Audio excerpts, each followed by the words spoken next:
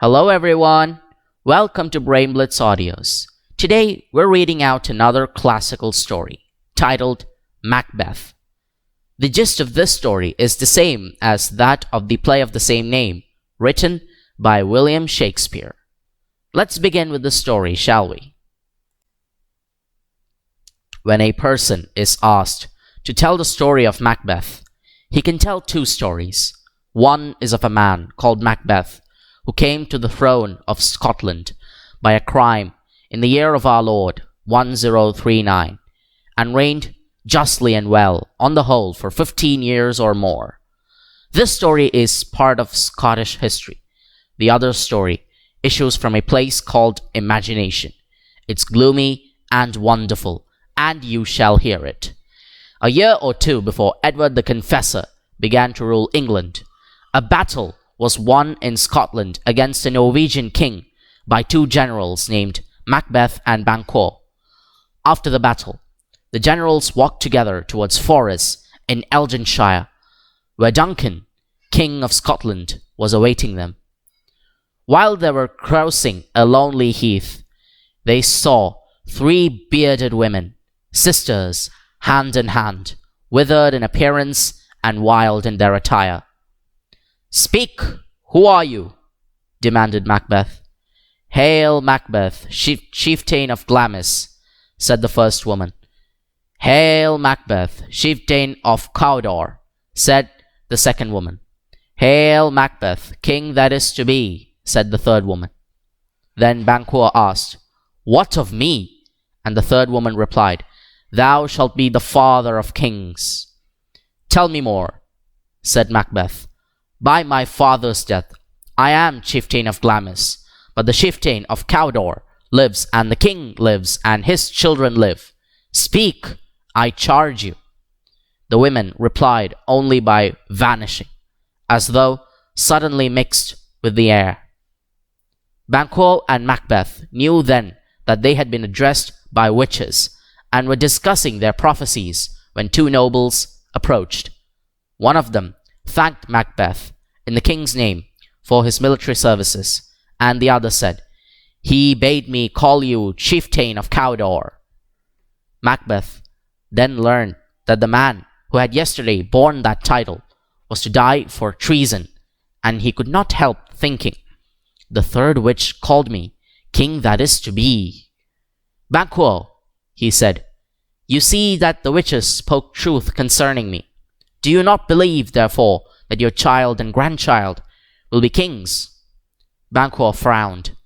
Duncan had two sons, Malcolm and Donalbain, and he deemed it disloyal to hope that his son, Fleance, should rule Scotland.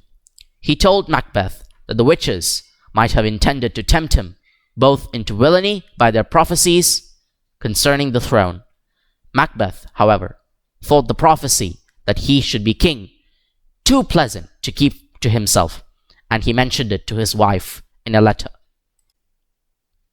Lady Macbeth was the granddaughter of a king of Scotland who had died in defending his crown against the king who preceded Duncan, and by whose order her only brother was slain. To her, Duncan was a reminder of bitter wrongs.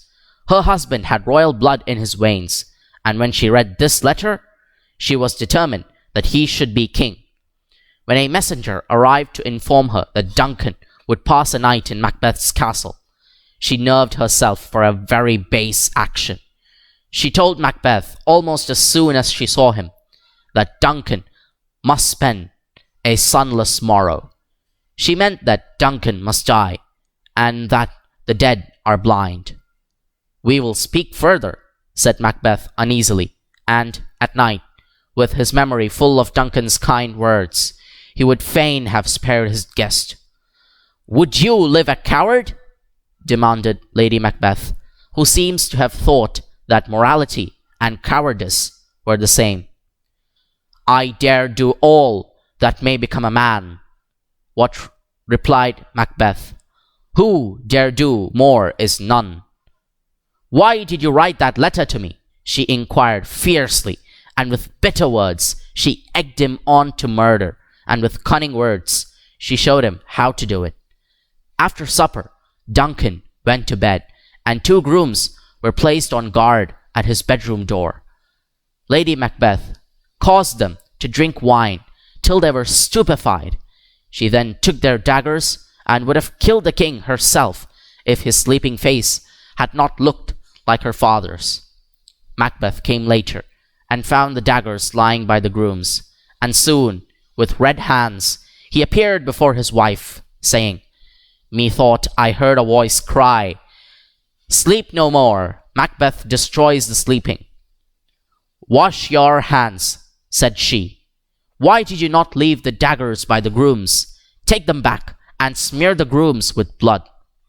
'I dare not,' said Macbeth. His wife dared, and she returned to him with hands red as his own, but a heart less white.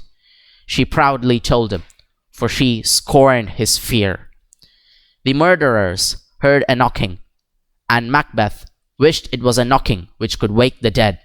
It was the knocking of Macduff, the chieftain of Fife, who had been told by Duncan to visit him early.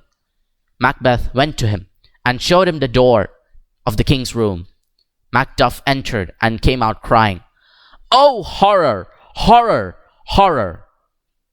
Macbeth appeared as horror-stricken as Macduff, and pretending that he could not bear to see life in Duncan's murderers, he slew the 2 grooms with their own daggers before they could proclaim their innocence. These murders did not shriek out, and Macbeth was crowned at Scone. One of Duncan's sons went to Ireland, the other to England. Macbeth was king, but he was discontented. The prophecy concerning Banquo oppressed his mind. If Leonce were to rule, a son of Macbeth would not rule. Macbeth determined, therefore, to murder both Banquo and his son. He hired 2 ruffians, who slew Banquo one night when he was on his way with Fleance to a banquet which Macbeth was giving to his nobles. Fleance escaped. Meanwhile, Macbeth and his queen received their guests very graciously, and he expressed a wish for them which has been uttered thousands of times since his day. Now, good digestion wait on appetite, and health on both. "We pray your majesty to sit with us," said Lennox, a Scotch noble. But ere Macbeth could reply, the ghost of Banquo entered the banqueting hall and sat in Macbeth's place. Not noticing the ghost, Macbeth observed that if Banquo were present, he could say that he had collected under his roof the choicest chivalry of Scotland. Macduff, however, had curtly declined his invitation. The king was again pressed to take a seat, and Lennox, to whom Banquo's ghost was invisible, showed him the chair where it sat. But Macbeth, with his eyes of genius, saw the ghost. He saw it like a form of mist and blood, and he demanded passionately, "Which of you have done this?" Still, none saw the ghost but he, and to the ghost Macbeth said, "Thou canst not say I did it." The ghost glided out, and Macbeth was impudent enough to raise a glass of wine, to the general joy of the whole table, and to our dear friend Banquo, whom we miss. The toast was drunk as the ghost of Banquo entered for the second time. "Begone!" cried Macbeth. "You are senseless, mindless. Hide in the earth, thou horrible shadow." Again, none saw the ghost but he. "What is it your majesty sees?" asked one of the nobles. The queen dared not permit an answer to be given to this question. She hurriedly begged her guests to quit a sick man who was likely to grow worse if he was obliged to talk. Macbeth, however, was well enough next day to converse with the witches whose prophecies had so depraved him. He found them in a cavern on a thunderous day. They were revolving round a cauldron in which were boiling particles of many strange and horrible creatures, and they knew he was coming before he arrived. "Answer me what I asked you," said the king. "Would you rather hear it from us or our masters?" asked the first witch. "Call them," replied Macbeth. Thereupon the witches poured blood into the cauldron and grease into the flame that licked it, and a helmeted head appeared with the visor on, so that Macbeth could only see its eyes. He was speaking to the head, when the first witch said gravely, "He knows thy thought." And a voice in the head said, "Macbeth, beware Macduff, the chieftain of Fief." The head then descended into the cauldron till it disappeared. "One word more," pleaded Macbeth. "He will not be commanded," said the first witch. And then a crowned child ascended from within the cauldron, bearing a tree in his hand. The child said, "Macbeth shall be unconquerable till the wood of Birnam climbs Dusinan Hill." "That will never be," said Macbeth, and he asked to be told if Banquo's descendants would ever rule Scotland. The cauldron sank into the earth, music was heard, and a procession of phantom kings filed past Macbeth. Behind them was Banquo's ghost. In each king, Macbeth saw a likeness to Banquo, and he counted 8 kings. Then he was suddenly left alone. His next proceeding was to send murderers to Macduff's castle. They did not find Macduff and asked Lady Macduff where he was. She gave a stinging answer, and her questioner called Macduff a traitor. "Thou liest!"